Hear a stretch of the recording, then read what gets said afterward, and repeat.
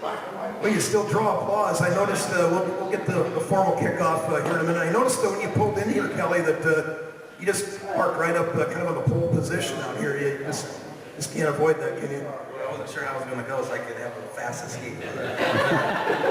Make sure you hold it up close, all right? Don't be afraid of it. One thing I want to mention is if you made your way in here a little late, we'll hang around here for a little while once we're all done. Kelly will be here for a few minutes. Obviously, a display, a tribute to Bob Shryock down here on the main floor. I encourage, if you haven't had a chance to check out our museum and are able, head up to the upper level, the Kossuth County Racing Hall of Fame.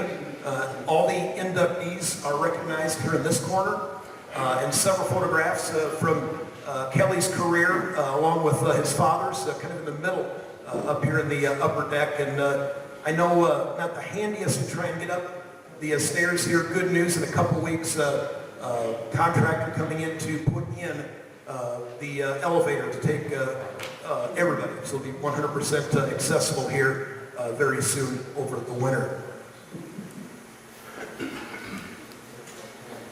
You just want to speak? No, I'm kidding. Once again, welcome. Glad to have you here. And again, Dirt Modified 101. Going to spend some time with Kelly Shryock here today. Before we get started, there's a lot of people that help make days like today possible. Cleaning, setting up, volunteering. There's a bunch of volunteers in the back and scattered amongst us. Could you please give a big hand at all the volunteers here at the museum?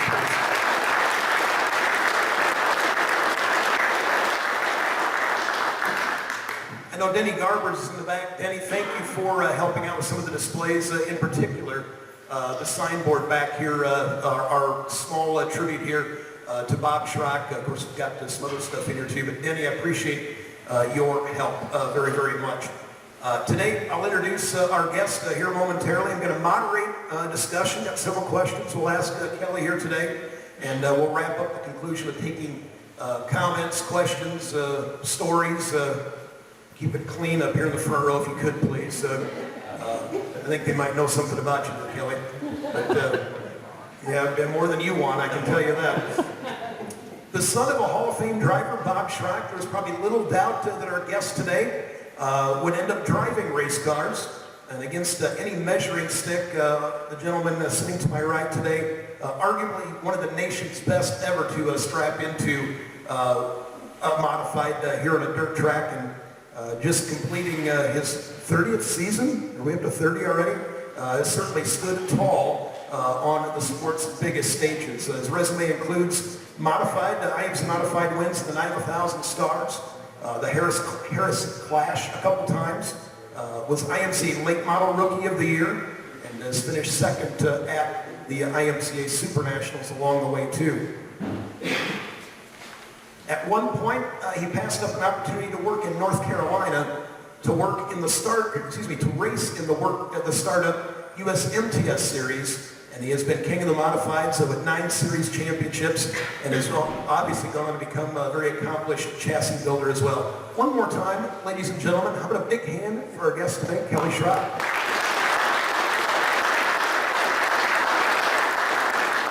Kelly, we're glad to have you here. Thanks for making some time. It's going to be a fun afternoon. Speaking of afternoons, it wasn't too many afternoons ago. We were in Victory Lane here at Algona Raceway. It was kind of a fun afternoon, wasn't it, in September?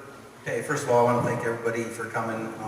Just looking around the room, you just don't realize how much time has went by throughout the racing industry for myself. The time just seems to fly by so fast, and just looking through all the faces, and there's just a story almost for every face I see. There's some people I don't know, I probably know of you, but it's just been a wonderful opportunity for myself to be a part of the huge family of the racing motorsports world.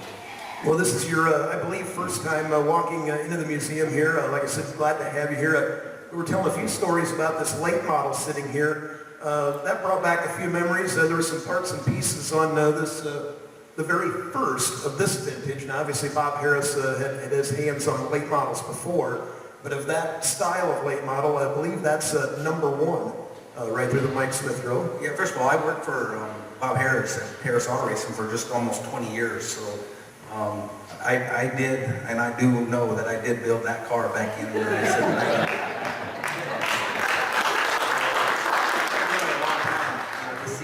things and just reminiscent of just how that darn window screen was built. We drilled a hole for each one of them screen bars going up through there. Then you'd set them in place and weld them up. But, you know, just realize how long I've been in this sport. I don't know what I'm going to do when I grow up. I always wonder about what I'll do. Started working for Bob in 1982, my senior year. Got to go to a work program and work the afternoons, and that was my first job, building cars, I guess. And like I said, I don't know what I want to do when I grow up, but I'm going to figure that out here pretty soon. Well, let's start at the beginning. Obviously, your dad raced quite a while, raced all across the Midwest and even the country at times. Certainly got the bus and other vehicles along the way. How early was it? Pretty much right from the when you could pick up a wrench, you were out there lending a hand and hanging out, and you probably didn't have a whole lot of choice, did you? Well, I think we had choices. My parents were wonderful on that. You know, pretty much we were going racing, and you know, we enjoyed that. You know, I know I've seen pictures. I see Bill Leach in the back here. I remember seeing pictures and hearing stories about me laying in the rag pile at his shop in Westerville there. So, you know, as long as I can remember, it's been racing, and I don't know anything else. I never went to college. Kind of all self-taught by a bunch of great people throughout my life, of course, and being around wonderful people. So. It started back as far as I can remember, for sure. You mentioned sleeping in the rag pile. I mean, any other, real early memories of either being at the track or in the garage, you know, that obviously fueled your interest in motorsports? Really, my interest was working on race cars. I really didn't get the itch to race for quite some time. I was very happy with working on my dad's race car. Man, he was my hero, he was my idol, and I don't know if God forbid, we're going to jump ahead a little bit, if something would happen to him, I don't know that we'd have raced. I was real content with being the crew chief or working on, my dad's race car. Well, we'll get to some of that stuff here in a second. When your dad was inducted here in 2012 into the Hall of Fame, did I understand the story right, that your dad's first race car was kind of the family car, or one of the family cars along the way? Is that right? That's what I gathered. Mom said their family vehicle came home, and all of a sudden the windows were out and the roll cage was in the Who are some of the people you remember from that era? What some of the drivers, hanging around your dad? It was quite a list. Just so many heroes and so many, great drivers and personalities from that time period. Definitely. I remember in the days of like Fairmont, of course, Kenny Peterson. I remember obviously the Kenny Hovengay. I remember lots of wonderful fast cars. People that were always whooping up on my dad that I didn't like, but we still respected him most. Well, you mentioned Hovengay, and probably any discussion remembering your father, is going to, I have no idea what that was. You're not wanted, are you? I know most everybody here, but back to the Shryock and Hovengay rivalry. Boy, that was intense at times. That was something, wasn't it? That was unbelievable. I wish, I doubt there was video camera stuff back in the day, but I often wish we could find some of the footage from what some of them days were like at the Elta racetrack. That was just unbelievable. And a lot of my memories were obviously from Fairmont, but it seemed like, why was Elta maybe just a hair, the intensity even more, if that's even hard to believe, because I just think it was probably really hard to be a flagman at either track at that time, because, well, you had two strong personalities that just did not like to lose. We're definitely in a no-win situation, because, if you did anything, you either came to the racetrack, you were either a Shryock fan or a Hovengay fan. You were either or. Even if you were a Kenny Peterson fan, you were either still a Shryock fan or a Hovengay fan. You either booed him or cheered him. Either way, and it was pretty crazy with the metal bleachers at Elta. They would get the chant, and then really, I do remember this back in the day.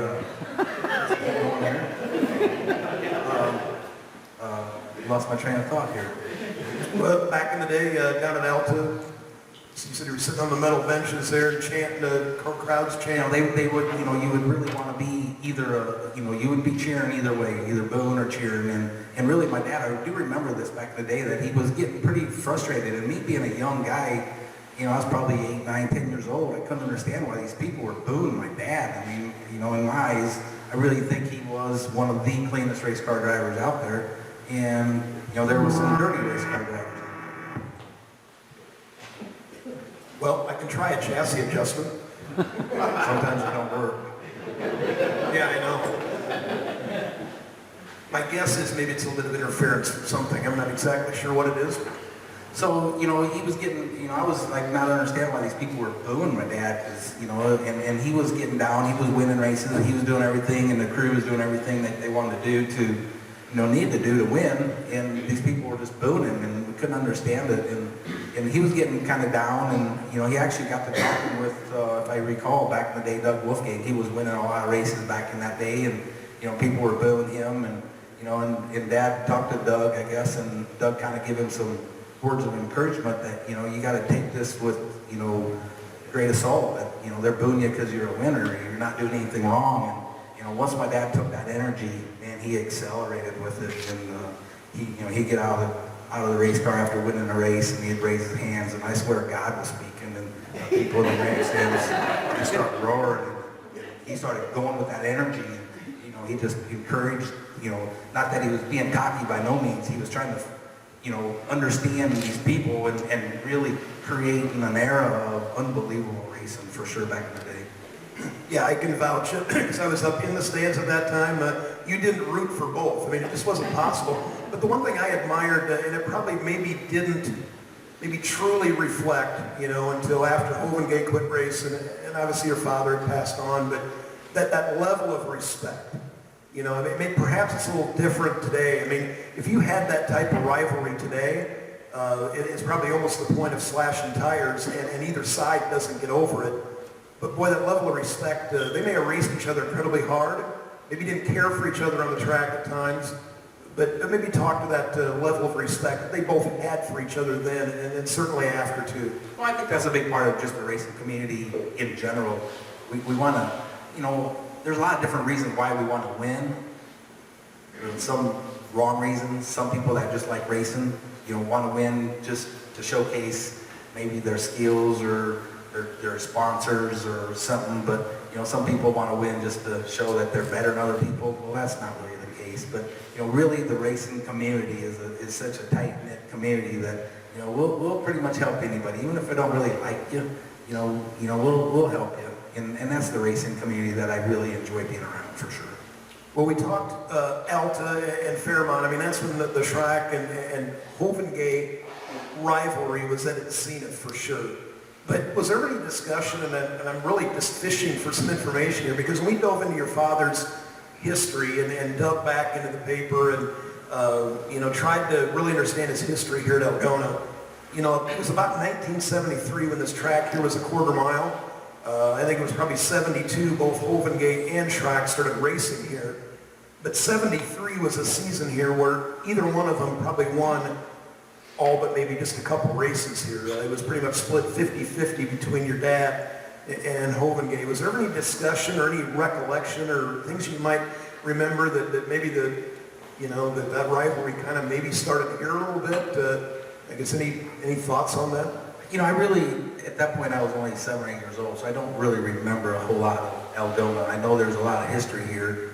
I know the Matt Snyder name and some of them I recall, but I was still pretty young at that point, so I don't. I know there's a lot of history coming here, but I just don't know.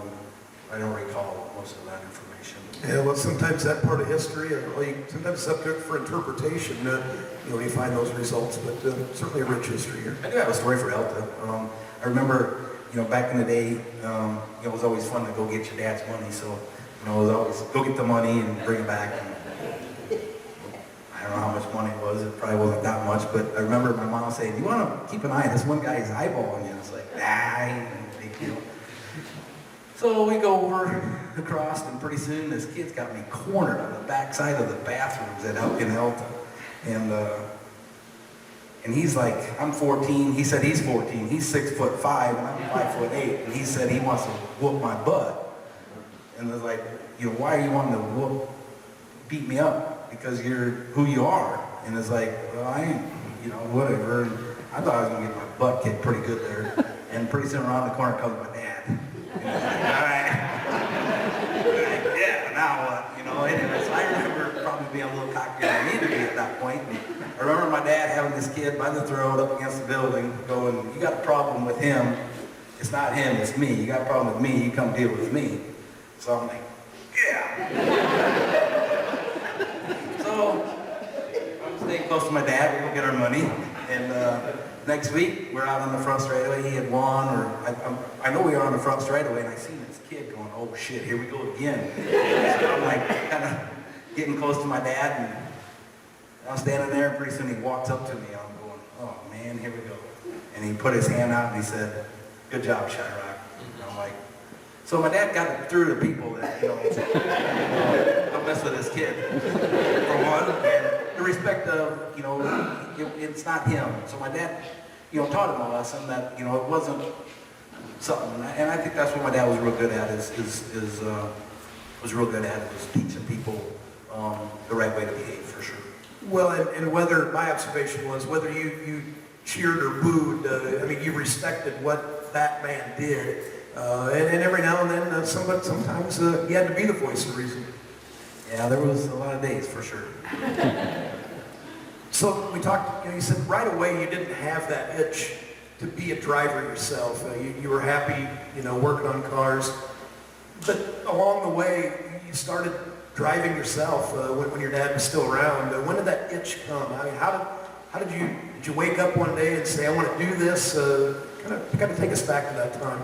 Well, let me think of the years. It was, I think I started in '84, so we started working for Bob Harris, building cars. And at that point, I guess we kind of started realizing that, maybe we want to try to drive. It was more of a part-time deal. When Dad wasn't racing, I would drive. So we kind of committed to some Friday nights at Fairmont. And then things went okay. We built our first car. It was a Nova. Didn't win any races. Really didn't do very good. We kind of struggled a lot. And it was pretty fun because my dad kind of made me, like all dads would, make me start in the back of the feature, back of the heats. And I was pretty much, starting the back and got lapped in the heat race a couple times. And then pretty soon we didn't get lapped. And he was really good about, not telling me, the great Bob Shryock, letting this kid look like an idiot getting out there lapped, But he was pretty good about it. And, he didn't tell me how to drive. He just, after each night, he would just ask, did you have a good time? I was like, yep, I had a great time. He said, well, that's what it's supposed to be all about, is having a good time racing. And pretty soon, I finally, after 3 or 4 nights, he kept asking that, did you have a good time? I was like, yep. And pretty soon I had to ask him a couple of driving techniques, and boy, oh boy, that was probably the wrong thing to ask him. He was going da-da-da-da-da-da-da-da-da-da-da-da. He held it back for quite some time on my imperfections in driving, which there was a lot of them. But he was very good about just letting me be the person that I am, for sure. I had read somewhere in another interview that had been conducted that you made a comment, you really felt your dad was a natural as a race car driver, but you felt you weren't. I guess maybe kind of expect, I think the word you kind of alluded to, you said I sucked. But do you feel that way today? I mean, obviously your dad is very good at it. He was really good. I really did suck. If you ever watched me first when I started racing, it wasn't very pretty. I did. I just wanted to hear you tell the story. Okay, the best way I can explain it is your mom wants your son to do good, and God bless her heart, she tried to tell me in a certain way that maybe I should look at for a different career.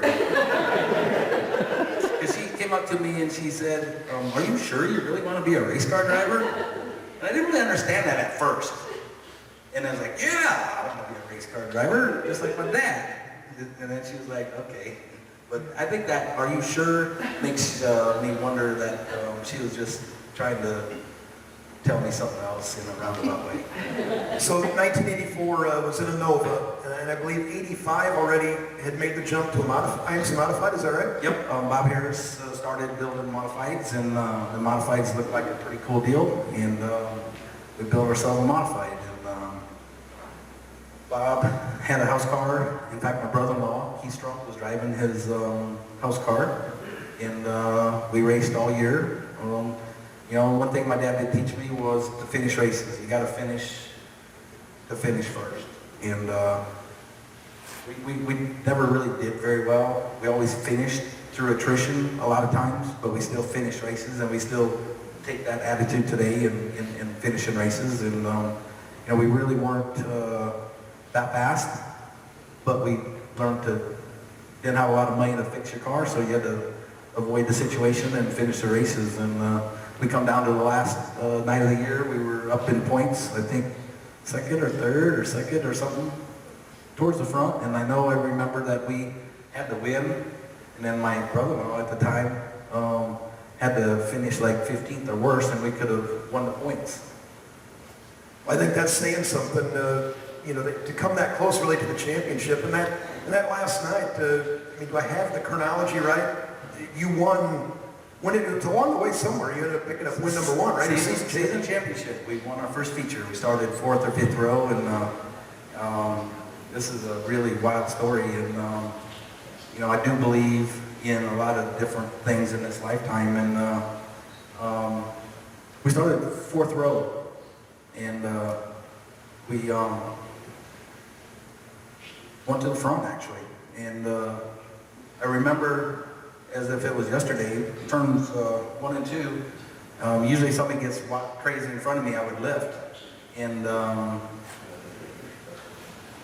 just kept throwing down. I don't know why or how, but it was really crazy. And we split a couple cars and took the lead, and we won the race. And I remember getting out of the car after the race, and my dad was pretty happy, I guess. He was jumping up and down.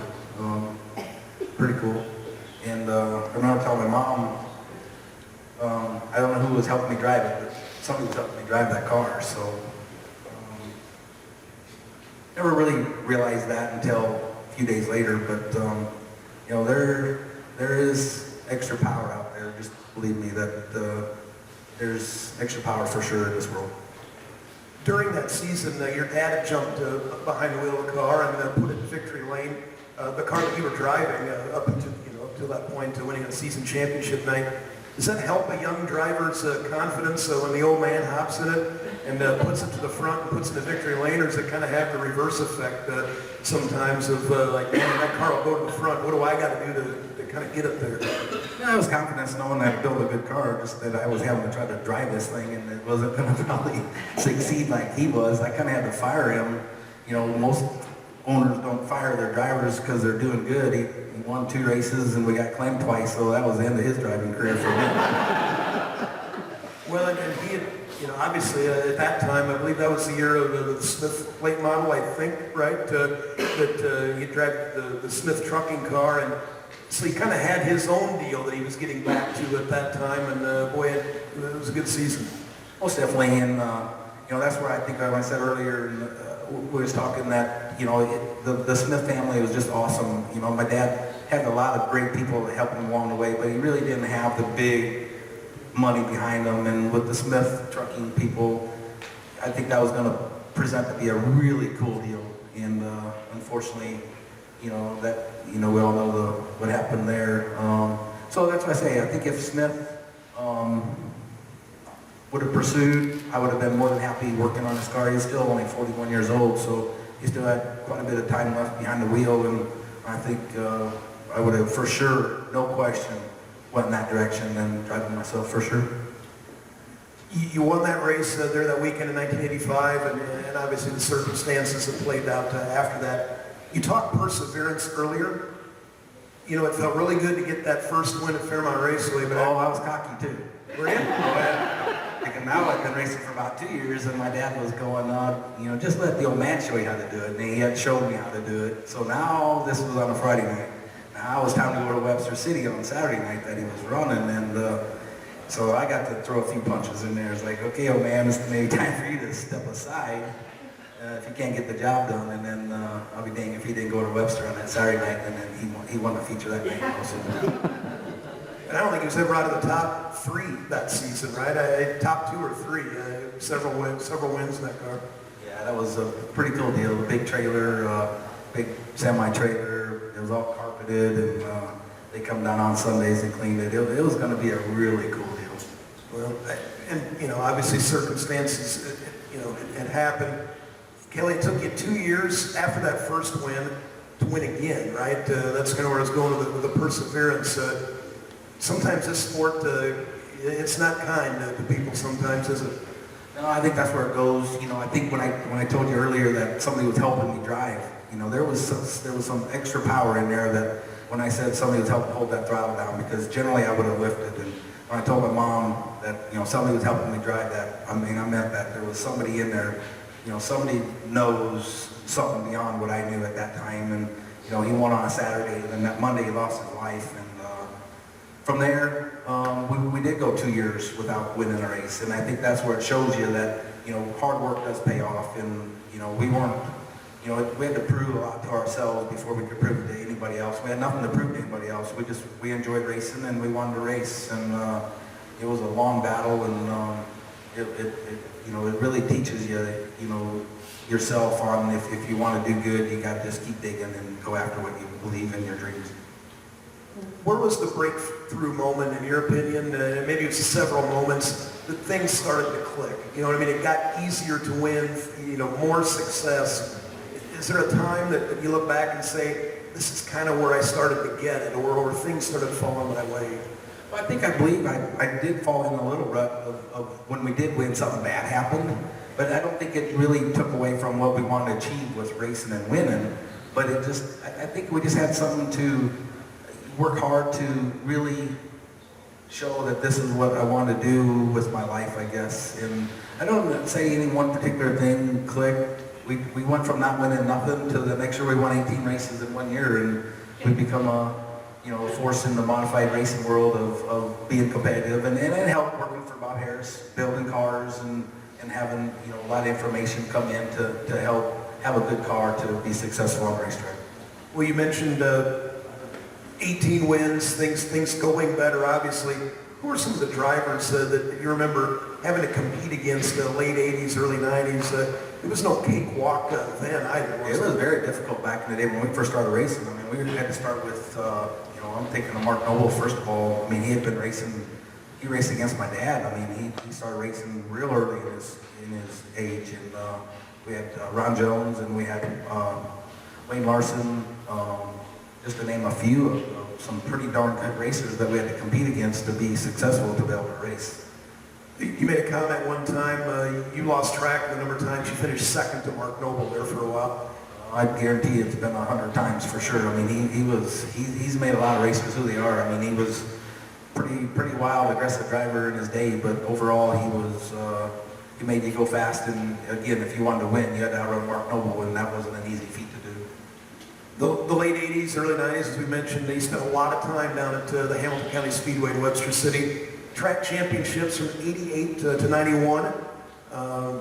That really kind of put your name on the map at that point. And obviously you started traveling some too. How big was Webster City for your career at that time? Well, I think Webster City was just my life. I mean, that was where we went every Saturday night for as long as I can remember. When I was a young kid to, when we stopped really racing there weekly, was going to Webster City on a Saturday night, and just racing was what we wanted to do, of course, and not knowing really the direction we was wanting to go. I mean, the modified world was really tough back then because they had the claim, and in today's world, people don't realize. I mean, I lost 50 engines to the claim, and we had to go home and rebuild a darn engine and start from scratch and get something back together so we could go racing again. And it wasn't easy to race. I did believe in, I never not sold an engine. If it was in my car and we competed, it was in there for the reason that it would have to be sold. And it wasn't easy for sure. Well, I need to dive down to the statistics, but I think you had, I think the official tally of IMCA modified wins is at 45, and then lose 50 engines. That kind of puts it in perspective, doesn't it? It was tough. Well, we lost 2 or 3 in one weekend sometimes, and come Monday you start building them. And I learned, I didn't have a lot of money, so we actually put our own engines together. We had a machine shop do the work, and I would plastic gauge the door and rod bearings, and he would fit all the, do the valve job, and I would pour it on the heads what I thought was to make more horsepower, and we pulled them together, degree the cams in, and put them in and go racing.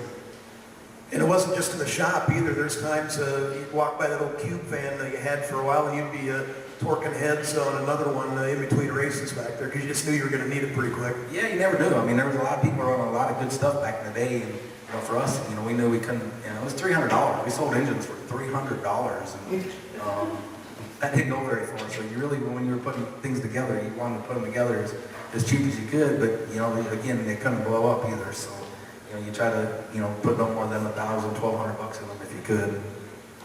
Along the way, you scored the 1996 Night of 1,000 Stars. You won Harris Clash Championships in '93 when it was at Webster City, and then '97 at Knoxville. Any memories, things that stand out maybe from that period, whether it was those races or otherwise?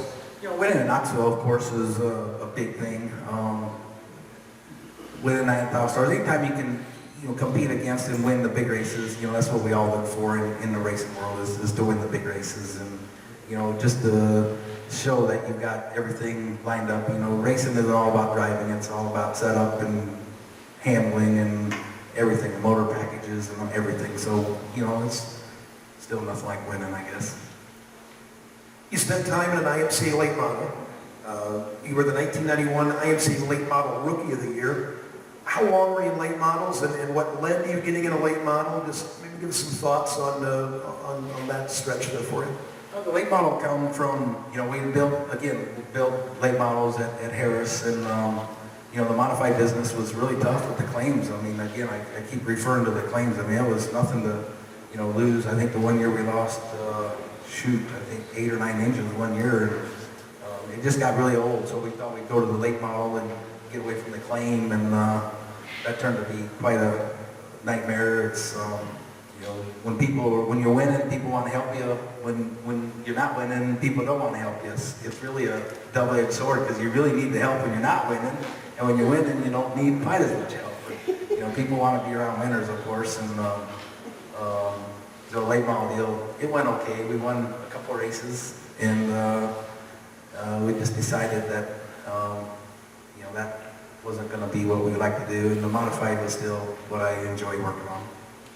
Adam Larson, another son of a pretty good late model modified shoe, told me one time that he wanted to try a late model because he looked at his dad, Mark Noble, and a ton of people that were all old ex-late model drivers that jumped in modifieds, and those were the guys that you had to beat.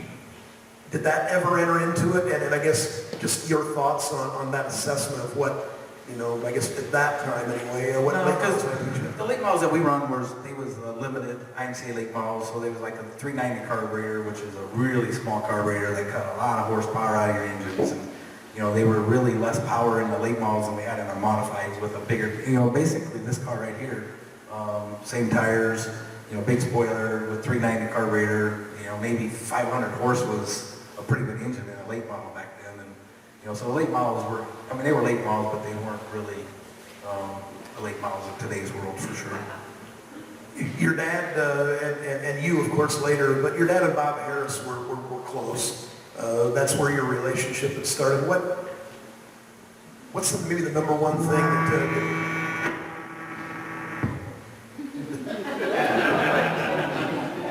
yeah, surprising to what people think, and there is no plate in your head, right? Where I was going with that was, what's maybe the number one thing he taught you? How instrumental was he maybe early in your career? And then certainly at various times over the last several years, if there's been one guy that's driven modified technology, advancing modifieds, it's certainly been him. Yeah, Bob's been around a long time, and I remember him. I don't know how old I was or even how old he was. He was working on my dad's car when he was pretty young, so you know, Bob's been in my life for quite some time, and his marketing skills were unbelievable. And at the time, I think we built in 1996 at Harris, we built 168 modifieds in one season, 1 year, and that's, you know, trying to build 5 a week off the jig. It was quite an accomplishment that we did there for a few years. Time went on, you know, Bob wasn't the owner of Harris Auto Racing there for a while, and or since, and you were there for a while still with the new owners, and things weren't clicking for you, and you decided obviously to jump into the chassis game yourself. And 2 questions. How much thought, I mean, obviously you gave it plenty of thought. Is it something you always wanted to do, was to get into the chassis game? And then the next question that I've never heard anybody ever ask you is, when you had to be out of that Harris car, and you were in between building your own, you ended up getting a Bob Pierce car there for a while. How did you end up with a Bob Pierce car, and why? Well, didn't know what direction we were going to go. We kind of got roped into the Lamar's deal, and things just didn't work out for us, so we ended up quitting that job, and didn't really know what we was going to do. We kind of had to put all of our eggs in a basket to move to Lamar's. We bought a house, a really nice house, an acreage, big shop, pull our rig inside. So I was about as broke as you could be, and didn't know what we was going to do, quit the job. Didn't know the direction we were going to go. At the time, the Bob Pierce cars were running really good, and Rob Jorgensen with Pro Environmental was my sponsor back then, and he stepped up and asked what kind of car I wanted, and was like, well, the Bob Pierce cars are winning, let's get one of them. And went over to Illinois and picked up a car, and started working on that, and was pretty honest with them people, and we kind of got a little bad rapport with them a little bit, but we didn't know what direction we were going to go, didn't know where we were going to be working. Again, worked for this company since I was 17 years old, and decided, didn't know what we was going to do, so we bought a car and raced it and started winning some more races with it for sure. And then obviously made the decision to get into the chassis business yourself, you and Eric Kirschbaum. Obviously, you just kind of fill us in on, was it in the back of your head all along that maybe we're going to jump in and start building cars, or is this something that, you know, I'm not suggesting it was a last minute decision, but just kind of go through that thought process there for a while? He was broke and I was broke, and we didn't know what we was going to do. Our wives wanted a paycheck every week, and we still like to race. And you know, his dad he had quit farming. He needed something to do. I had lost my job, quit, so we pooled all of our resources. I mean, he didn't have no money, I didn't have no money, and we begged and borrowed and put everything we had into getting that first car built. And we raced it the first night, and it wasn't very good. Looking kind of bleak for being a chassis builder. And we had a couple of issues. Brake was hanging up. We put used calipers on it because we couldn't afford new calipers. So we went and bought a couple new calipers for it. Went to Mason City, and darn if we didn't just, we won. And it was pretty impressive. And started taking orders from there. Eric is somebody that, you know, it wasn't like you just discovered each other and decided to build cars. Been with you quite a while. He crewed for you and certainly had that relationship. What is, just a quick comment on what he's meant to that side of the equation too? Eric, him and I grew up together really, because his dad and my dad were friends. His dad helped my dad. His dad actually drove one of my dad's cars, which was actually one of Ed's cars that he had given to my dad. So we grew up when we were kids. I mean, from 9, 10 years old, we've been together ever since. And you know, he's a great friend. And to be honest with you, I think we've had maybe 1 or 2 disagreements since we've known each other. So we decided to, again, try to build cars, and you know, started kind of progressing from there to actually not, you know, we didn't know what direction. We've always wanted to keep our business small because we didn't. He isn't very good with people, and he'll admit that. And I'm not saying I'm great with people, but you know, we just want to get our wives a check each week, and that's really what we want to do. So the first couple of years were great. We had built 30 cars, and they were out racing, and shoot, we were off all summer with a couple repairs. We'd go racing, and life was good. And then I think we just took off our jig here, our 440-some car that we built. So it's turned into a pretty big job for us. Well, before you started building cars, somewhere along here, you had an opportunity to go to North Carolina, right, and work for a NASCAR team, and one that wasn't even really off the ground yet. Tell us that story. Well, that goes back to, in the IMCA days of getting engines claimed, and we were just tired of it. And we did the late model deal, it wasn't very successful there. And, Kelly Shryock had drove the Harris house car stuff on quite a few different occasions and was pretty successful. And we won quite a few races with Kenny as the driver, of course. And we were tired of the IMCA deal, and he was like, "Can you give me a job?" He said he was driving for Hendricks at the time, so we went to Hendricks' shop and he gave us a tour. We went in this back shop that was a new building being put up, and we was in this makeshift office, kind of like, it was like this, just open building, and there was this office up in the corner, and I was talking to this guy named, I think it was Ray Abraham, and some new driver by the name of Jeff Gordon was going to be their driver, and they were going to start and in this NASCAR deal and see what they could do. And didn't know either one of them. I was thinking wanting to be on Richard Petty's crew or somebody like that, but this Ray Abraham and Jeff Gordon. So we actually had a job. We actually had a house picked out, and that's when the USMS started, the Travel and Modified Series. 1994, maybe? 95? 94, 95. And so that put our NASCAR thing on hold, and we built a touring modified car. We got to travel around. 1995, racing paid $2,000 to win.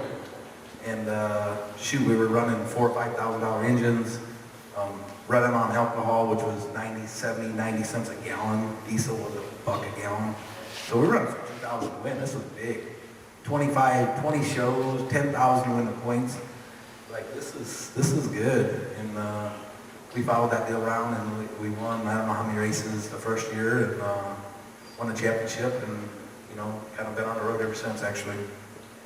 And that really kind of set a lot of things in motion. And hearing you describe it, it wasn't that hard of a decision. It's like you had apparently a pretty good hunch.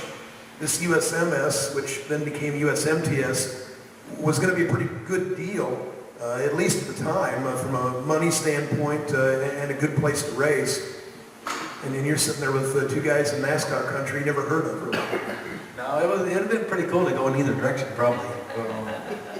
Don't know what we'd have been doing back then, but I think it'd been interesting, to switch spots there for a few years. But the traveling deal was what I always wanted to do with my dad with the late models. Wanted to travel, run late models. It allowed us to travel with the modified, which was an affordable.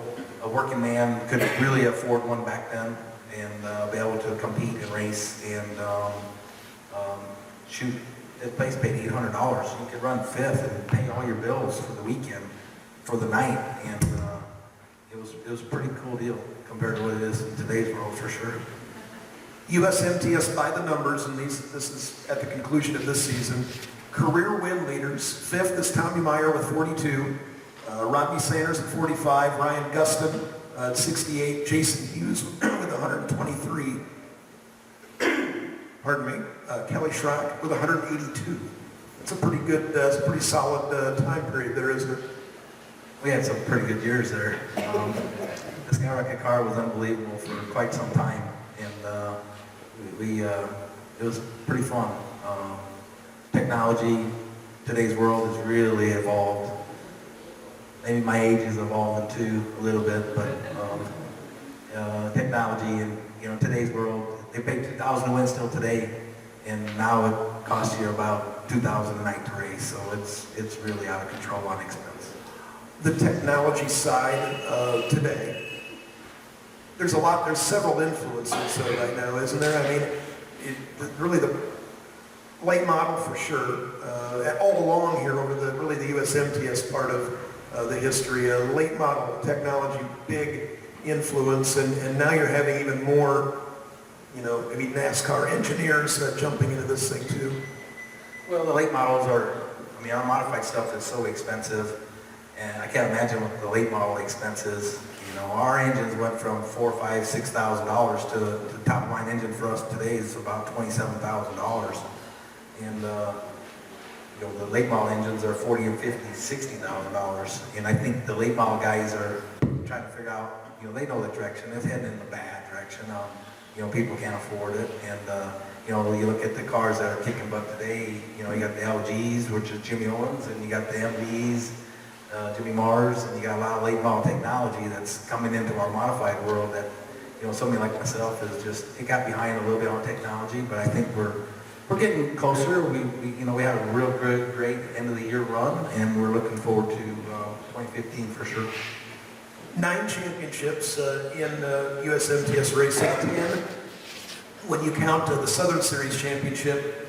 That puts you in some pretty good company. What I'm about to rattle off, I get it's a little bit of apples and oranges, but Steve Kinzer had 20 championships in the Outlaws. Frank Kimmel did it 10 times in ARCA.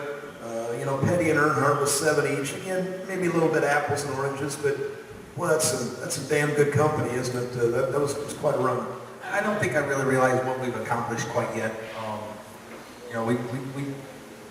We like the championships, but in our world is that the money that comes along that comes with, to help pay the credit card off at the end of the year so we can continue on.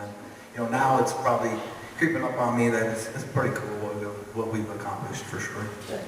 2006, was that really one of the better years you had? That was 31 USMTS wins, and I think you had a bunch of other open shows too. Did that number exceeded 50, didn't it? I think we was 47, 48, and it was just unbelievable. Everybody has their great year, and I know the best year my dad had was like 38 or 40 or something, and who would have ever dreamt that we had ever had that many feature wins in one year, and we surpassed that, which was unbelievable. And after each win, we never ever take a win for granted. We don't ever think we know we got the best car and we're going to win. We want to win because you never know when that last win's going to be your last win. And we take each one, we're happy about each one, and we look forward to the next ones if it ever happens. Well, let's talk about a couple of the last wins, because really September, and I guess it was probably even certainly later than that on the USMTS win. You had a good end of the season last year. We already kind of mentioned certainly a special day here at the Bob Schrock Memorial. Too rainy on the first night, held that on a Sunday afternoon. Well, that was old school, wasn't it? Out there in the afternoon and park that thing in Victory Lane, the sun's still up. Anytime you can win is great, and especially when you can win that kind of race, that was really unbelievable. I think just the draw was great for us, and that's part of the racing you need in this world is racing luck. And we don't know how we get it. A lot of times we don't know how we keep it. We just want it, and and try not to lose it. We drew good that night, and we were able to. I think we led all the laps, and our friends and family being able to be close to home. That's the memories I have in racing. That'll stick with me for quite some time. One thing I learned long ago, when you come off the road to a race around here, whether it's Jackson, Algona, or wherever, don't bet against you. We never give up, for sure. We don't give up. Our crew, our whole, I think my family taught me that. You don't give up, and you never quit, give up. There's a quick story. We were in Missouri quite a few years ago, $30,000 to win show. And we were hot lapping. We were already in the show, so second row inside. We were in the show. We decided to hot lap that night for early in the session because we were already qualified to get later hot laps, but we wanted to get a couple more hot laps to get the car a little faster. And we went out there and we got into some water and we hit the wall and took the right front horn to the ground. It's bad. We're starting second row of this big show. Everybody's like, he's done. Like, I ain't done. So somebody got a welder, somebody got torch, somebody got porter power. Man, we worked and thrashed because they had to qualify some more cars. So we had all night to get ready. and we put this thing back together. We idle arm one bolt out. We had to re-drill and weld the idle arm on and got everything right. And we had, I don't know how many people working on the car, and we were still working on it, and we pulled it out on the racetrack for introduction, and we won that show that night from that scenario, which everybody thought we were done. And you know, that comes from just being a part of not getting everybody else didn't give up, and that's not in the Shryock family name to give up for sure. The one thing I observed long ago, if you're not close to the front the last 5 laps, don't bet that you won't be there, because it seemed like both you and your dad, and especially what I observed, as you were building your career, well, that last 5 laps, that 3 car was coming. Well, and again, you go back to what your family teaches you. You always made a comment to me, make your best lap your last lap. You know, so many people will hesitate on them last couple laps because they don't want to make a mistake. Well, that's when you do make a mistake. So you make your fastest lap your last lap if you can. The number 3, obviously your dad used that a lot. The 83 kind of was part of his history as well. I mean, was there any discussion of how, where the number 3 come from? Was that any idea where the 3 car, the number come for him, and where did the 83 fit in during part of his career? You know, I should know that information, but I don't. I know that the 3 come in from, you know, 3 kids, and the anniversary was on the 3rd, and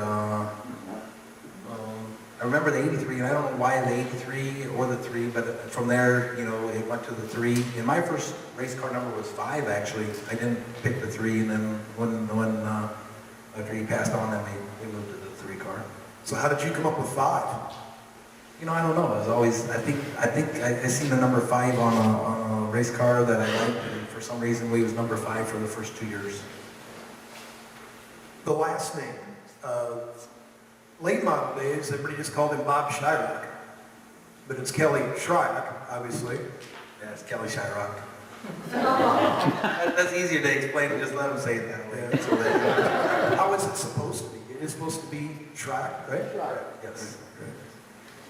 Even today, I mean, even some of the ones that know you very well, I mean, when they refer to your father, it's still Bob Shryock. I mean, it's just the way it was, wasn't it? Yeah, and there's some worse names than that, for sure. Yeah, I'm sure there was several that were uttered, right? We're bouncing around here a little bit. One of the guys that your dad drove for, and ultimately you ended up driving for, was old Duke down here, Roger Duke. Your dad drove that car for a while, and then you had an opportunity to drive it when it was a modified. And that was something, as I recall, you really wanted to do because of that connection. And that turned out to be a very good year for you. Yeah, he actually drove it 2 years, I think 76, 77. And I think that's when he won like 20 or 29 races in 1 year, and like 30, 31, 32 the next year. Very successful car. Duke was just a great guy, just giving you everything you needed. Pretty good, you know, it was really a good opportunity for him at that time. And then they kind of parted ways for whatever reason. I think Ogie drove for him. There's quite a few different, Willie Kraft drove for him. Quite a few different people drove for him. And then we got to drive for him. I don't know the year. We got to go to Elton and race for Duke in the number 3 car, Weatherall number 3, which was pretty cool. I don't really recall having a stellar season with the car, but I remember it was pretty cool to be able to go race for him for sure. Again, bouncing around with some history that both your dad and yourself had shared to a degree. Up here in the middle of the upper level is we're kind of starting to work on a history of 1983. One of the races from a late model standpoint was that race at I-70 in Odessa. They put dirt on top of the high-banked asphalt down there. And when we say high-banked, really you look at the pictures and study them. I-70 in Missouri makes Fairmont and some of these high-banked tracks look really like a flat track, doesn't it? That was really cool, because I do remember that. Actually, I got to drive his car around the racetrack and pack the track, and you can literally read the numbers on their roofs when they go through the corner. They're just unbelievable. And I do believe he was running up front and blew up, and I think Helfrich won that year, I believe. And then we won in 3rd or 4th, and we blew up in the engine at that time, and then we were done. And You'd finished the second in the Gopher 50. I mean, really, that was some of the same guys, though you had more Southern influence in Missouri. You had an opportunity a time or two when they put dirt on Bristol, right? You raced the modified down there? Yeah, that was really cool. We actually, if you want stories, this was a story. They had a qualifying night to be able to go to Bristol. Everybody wanted to go to Bristol. It was actually a UMP sanctioned class, and we had to go to Bulls Gap, Tennessee to qualify. They took the top, so many, I think the top 10 from Bulls Gap got to go to Bristol and race on the dirt. And we were on our way to Bulls Gap, blew up my hauler, and which we were lucky enough, we were close to a distributor on a diesel place, so we thought it was just a turbo. We pulled in there and it wasn't a turbo. The turbo broke a valve off or some darn thing, so we're thinking no big deal. We'll just go and get ourselves a Penske and we'll hook onto my trailer and we'll continue on our trip. Well, the ball we had for our trailer was a big ball, and nothing we could find that would fit. So we're thinking, okay, no problem. We'll just get a trailer, we'll haul a race car on a Penske trailer, and we'll go to Bulls Gap. Well, so we go in there and we tell them we want to haul a race car on an open trailer. Well, don't tell them it's a race car. For one, you can't do that. And I was like, all right, no, I'm not hauling my race car. We're going to haul a Chevelle. Well, I'm not hauling a Chevelle. I'm hauling a Monte Carlo. And he knew what we were doing. So, yep, you can haul this. So we load all of our parts in the back of this Penske freaking Q van, put the race car on the trailer, and we're headed to Bulls Gap. Well, if there's any place you don't want to pull into late, it's Bulls Gap. Never been there before, and it's hilly and rocky, and we have an air compressor, we have enough tires to do what we think we need to do, and we're parked over there, the racetrack's over there, and there's 150 cars there to try to qualify, and we miss our time trial, so we start lasting the heat, and on and on. My wife gets sick, she goes to the hospital.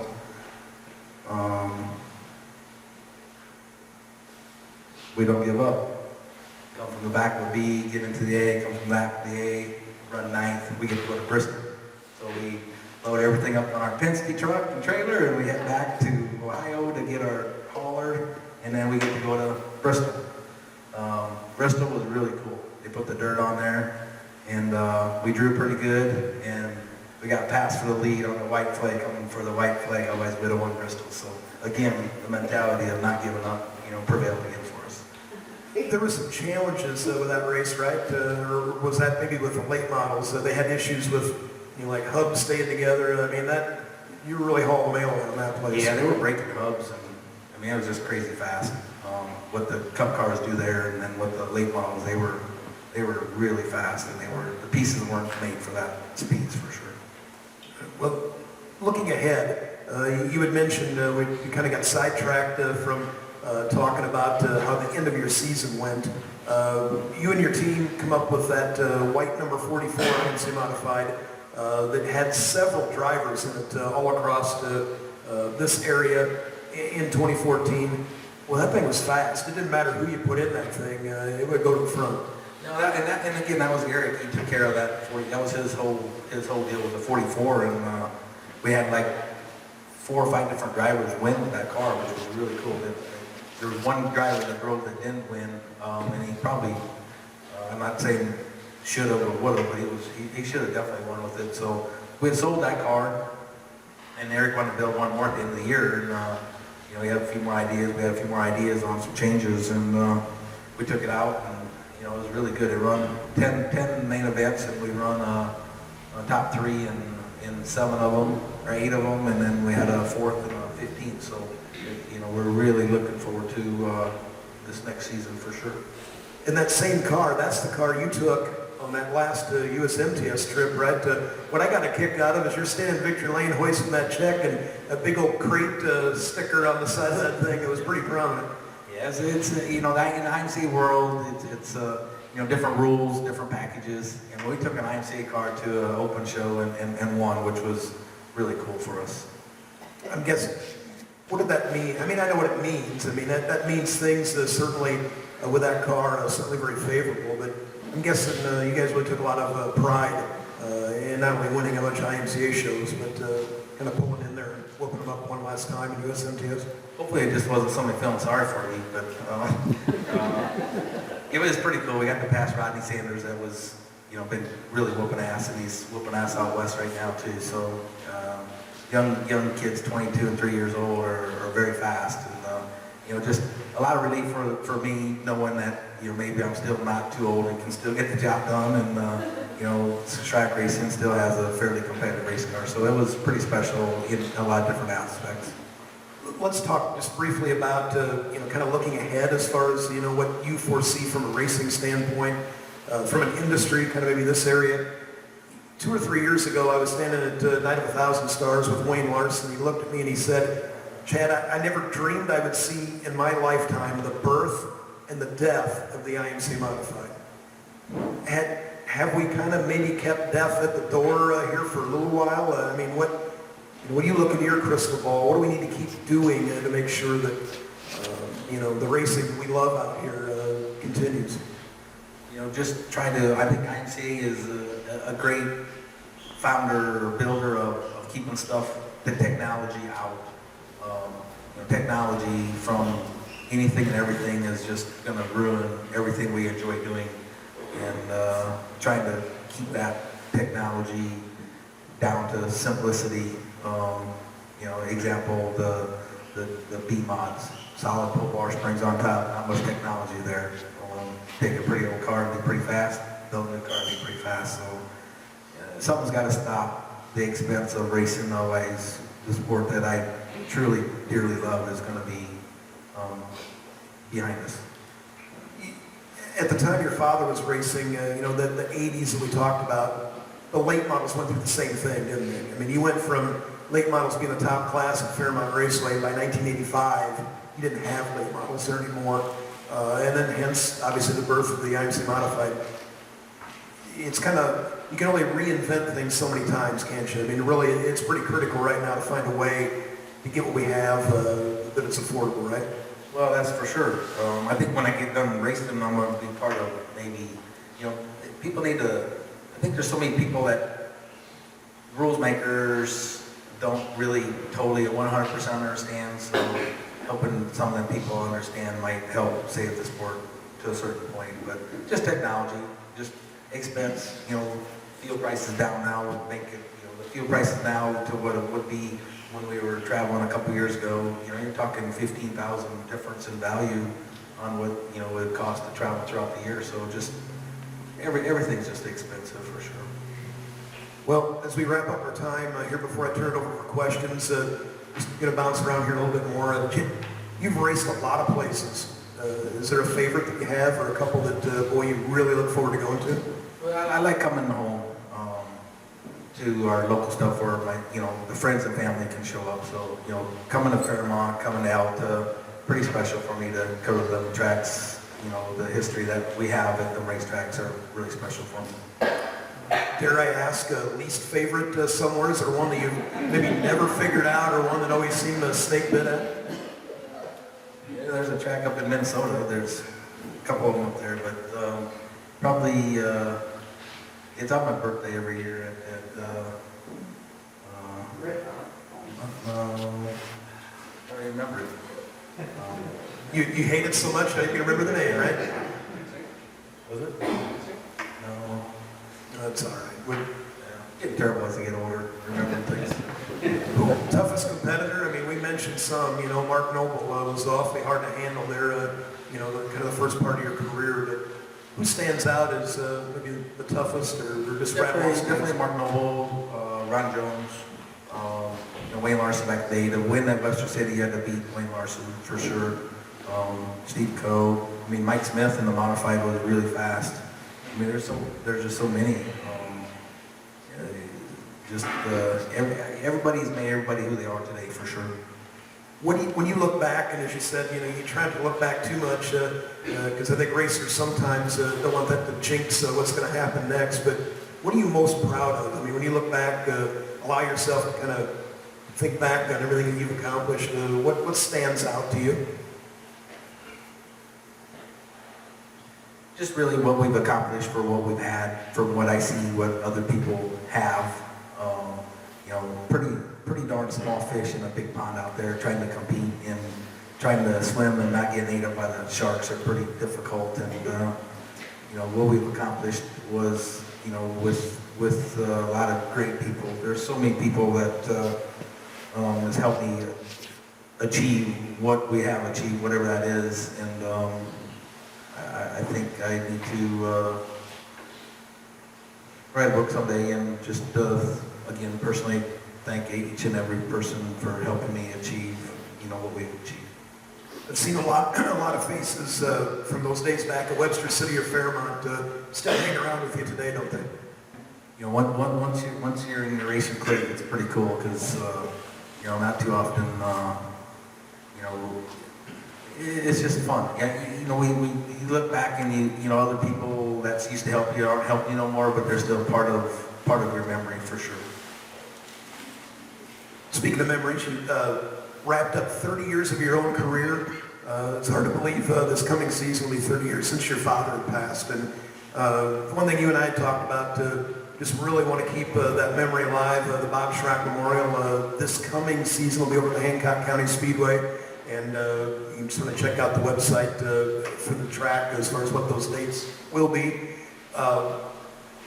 Obviously committed to keeping the memory alive. You've kind of been tossing around some ideas, or certainly open to ideas to kind of help, I guess I shouldn't say commemorate, but certainly remember. For sure. And we thank Joe. You know, everybody kind of thinks you know, we should have the track memorial at Fairmont, and which it probably should be, but Joe has definitely been a big part of keeping his name alive in the racing world, and you know, we appreciate Joe doing that. So kind of, you know, wherever, you know, Dad never raced at Britt, but you know, with Joe, you know, it's something that we're going to stick with Joe, and we want to do something really special. So we're really open to suggestions for what we'd like to do for 30 years coming up this year, and so if there's any ideas, we'll definitely be open to listen to that for sure. My final question: what do you got planned for the upcoming season? Obviously, we talked about, you know, helping remember your father, but from a racing and chassis standpoint, what's on the books for you? I think we're going to, you know, we're not going to race all the USMTS. We're not going to do the South. We're going to try to kind of do what makes financial sense in the traveling and the expenses and all the expenses. We're going to try to maybe race a little bit more locally, kind of hit and go to the ones that, you know, make sense. I think we're going to pick out a couple, maybe the North region, Central region with USMTS, get us qualified for the hunt. You know, it's just, in today's world, you're spending a lot of money and you really can't, unless you got a big pile to get rid of, it's not makes a lot of sense to follow all the shows anymore. Yeah, and a lot of those USMTS shows right now are down south, aren't they? I shouldn't say a lot, but a fair number certainly in the south. You know, you're looking at somebody, I would like to race 8 nights a week if we could, but financially it's just not feasible. And I think, you know, if we can go and race 6 or 7, 8 nights out of 10 nights, that's what I enjoy doing. And, you know, and you split up your expense. So, you know, we'll kind of look at the schedules and see what makes sense, and see, you know, what's available for what the people that, I'm looking at Mike over here, he's been questioning me on what we want to do, so depending on what he wants to do also. Well, you haven't quite cracked the Super Nationals code. You know, you had some moments this season that, or this year down there, that you just couldn't quite get there. Scraping the wall there on the back straightaway, it kind of ruined the one night, didn't it? Yeah, you know, we run second there twice, a third, fourth, fifth, sixth. I think we got every number covered in the top 10. But you know, it's not necessary to win it for my career, but it would be pretty cool to win that race. Absolutely. Kelly, thank you so much. I'm going to take a turn over here to the crowd. Ladies and gentlemen, how about a big hand for Kelly Shryock?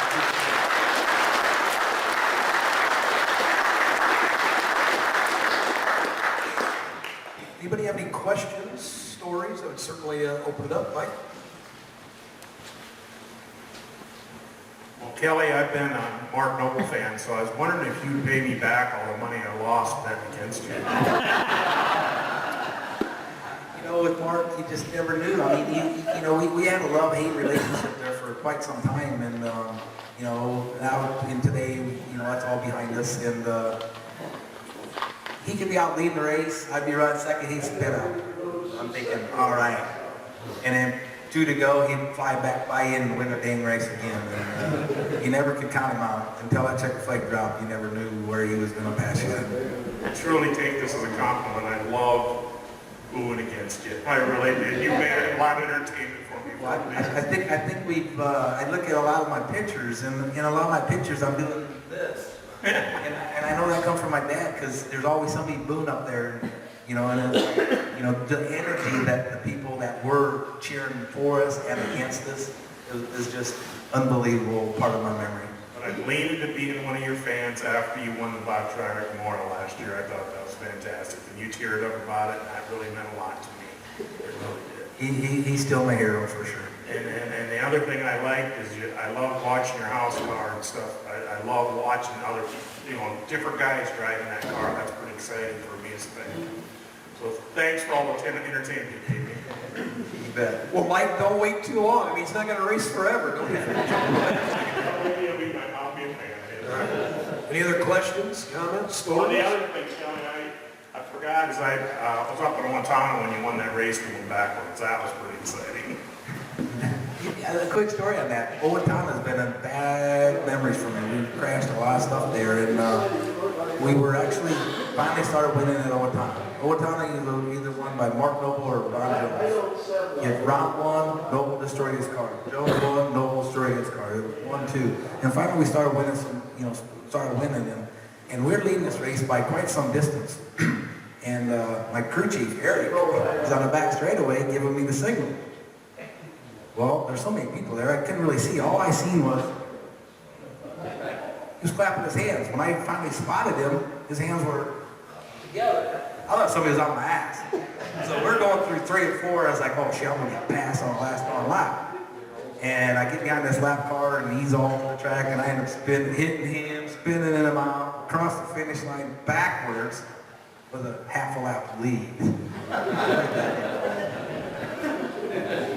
I think Owatonna bit a lot of people over the years, so not an easy joint to get around. Anybody else? Certainly there's got to be more stories or questions, recollections. I'm thinking Tina has some questions for me here. You have quite the front row. I was going to give these guys right here a hard time about this first time to see the front row all season, but with your help, old Ruby here kind of turned it around this year, didn't he? For sure. I do have to ask a question. I had an opportunity to interview Gerhard Wallenberg in Austin at his kitchen table, and he told a story about traveling with your dad out to South Dakota. They had some great times together. I don't know what you remember about Gerhard. I don't recall the name, but I do recall Rapid City, South Dakota. Yeah. And just the times there, I mean, again, pretty young, and I remember just Black Hills, they treated everybody like God out there, and my dad was very successful out there, and there's a lot of memories going to the Black Hills. Well, the funny thing I know Gerhard said is when you did get to talk to the other drivers and went up the haulers, they weren't too happy about the Minnesota guys coming and taking all the money. And they did do that. I know my dad made comments that I know he took in more money than his whole operation was worth out there. I mean, they didn't have a lot of money in their stuff, and they paid a lot of big money back in the day. Didn't he win 9 in a row out in the black? I think it was 7.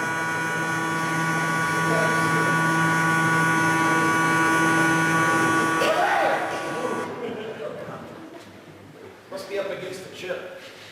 Thanks for laughing at my joke.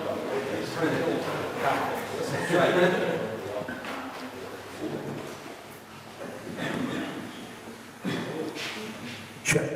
Okay. Cooled off. Talk about the Black Hills, because I mean, it's an understatement to say that your father was successful in those trips out there. He was truly the man. I don't know if it was 9 in a row, Or 7. but there was several that, I mean, there was quite a run there where he was probably really never on the top 2 or 3.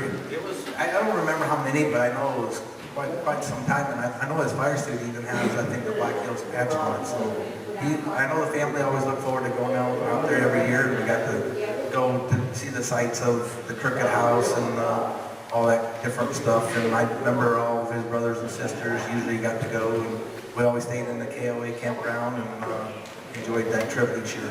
Well, at least for a couple of those trips, and maybe for several, the old Coors bus was prominent, right?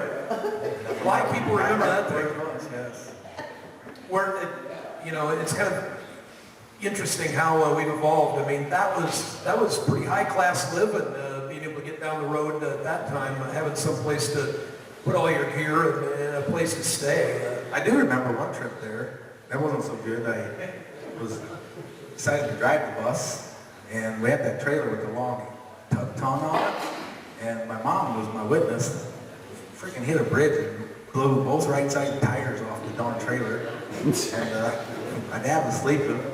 And in my mom's defense, if I would have been wrong, we come around a corner and there was no warning. It was construction, and I got the bus through there, and I looked in the mirror and wobbled, and the trailer went bang, and it ripped the whole trailer axles off, and he wasn't real impressed with me at that point. So, we limped on in and got fixed, and it was good to go. Any other questions or comments here for Kelly or guests today? Yeah. Oh, Jesus. Oh, all right. Thank you for coming, Kelly. I think you're going to get Dan Meyer a round of applause for researching all he did.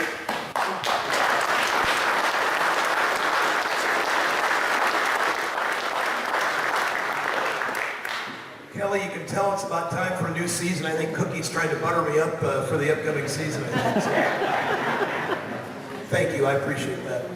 Anything else for Kelly? Ladies and gentlemen, can you do one more thing? A big hand for Kelly. Thank you so much, Kelly.